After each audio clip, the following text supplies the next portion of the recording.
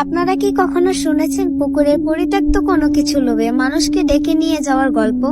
যারা একবার সেই পুকুরের ধারে গিয়ে দাঁড়ায় তারা নাকি আর ফিরতে পারে না। আমি তানজিনা, আজকে আমি যে গল্পটা বলবো সেটা এরকম মৃত্যুর খেলা। ঘটনাটা আমার আপন দাদার সাথে ঘটেছিল, আর সেই রাতের পর থেকে আমি আর আগের মতো মানুষ নেই। সেই দিনটা ছিল ঈদের পরের দিন। আমরা সবাই গ্রামের বাড়িতে ছিলাম, দাদা, মা, বাবা, আমি আর আমার ছোট ভাই। পুকুরটা ছিল আমাদের বাড়ির ঠিক পেছনেই, অনেক পুরনো কালচে রঙের পানি। আর মাঝে মাঝে কেমন যেন শব্দ হতো, চুপ চুপ ধরনের।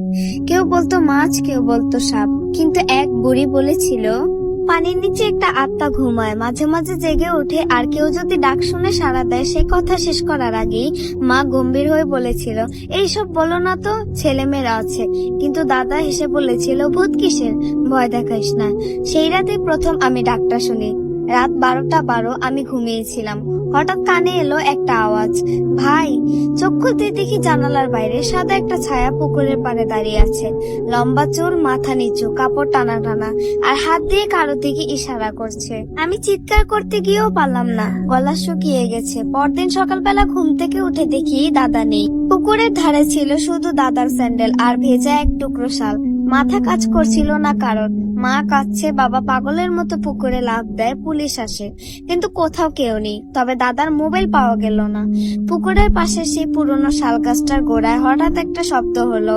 সেই গাছটার কোটরে ছিল একটা চিরকুট, পুরনো হলুদ হয়ে যাওয়া কাগজে শুধু লেখা, আমি ফিরে আসবো, তবে আমি একা আসবো না। রাতে আমাদের বাড়ির বাতিগুলো একটার পর একটা নিভে গেল। জেনারেটর চলছিল, লাইনও ঠিক ছিল, কিন্তু লাইট নিভে যাচ্ছিল। ঘরের ভেতর কেমন বরফ শীতল ঠান্ডা।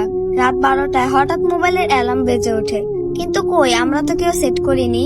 আব্বা বলেন, তানজিনা, তুমি কি মোবাইল ঠিক করেছো? আমি মাথা নাড়ি কাঁপতে কাঁপতে বলি, আমি না আব্বা, আমি তো ঘুমাইছিলাম।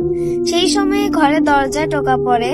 আমরা চুপ, কেউ উঠছে না। আবারও টোকা পড়ে, 3বার, ঠিক যেমন দাদা দরজা বাড়িয়ে দিত। আমার মা বলল কাপা গলায়, এটা তো ওর মতোই কামরুল। বাবা দৌড়ে গিয়ে দরজা খুলে দেখে কেউ নেই, শুধু দেখা গেল বারান্দার এক কোনায় পড়ে আছে দাদার মোবাইলটা, আর স্ক্রিনে একটা নাম ভেসে আছে, পুকুরের মেয়ে, ইনকামিং কল। আমি ছুটে গিয়ে মোবাইলটা তুলে ফেলি। মা চেঁচিয়ে উঠে, ধরিস না তানজিনা। কিন্তু আমি ইতিমধ্যে কল রিসিভ করে ফেলেছি। কানে আসছে স্রেফ শব্দ, ভাই, আমি তো তোমাকেই ডাকছিলাম, এবার তুমি আসবে না? আর তারপর হঠাৎ একটা বিকট হাহাকার, কান ফেটে যাবে এমন শব্দ। আমি জ্ঞান হারিয়ে ফেলি।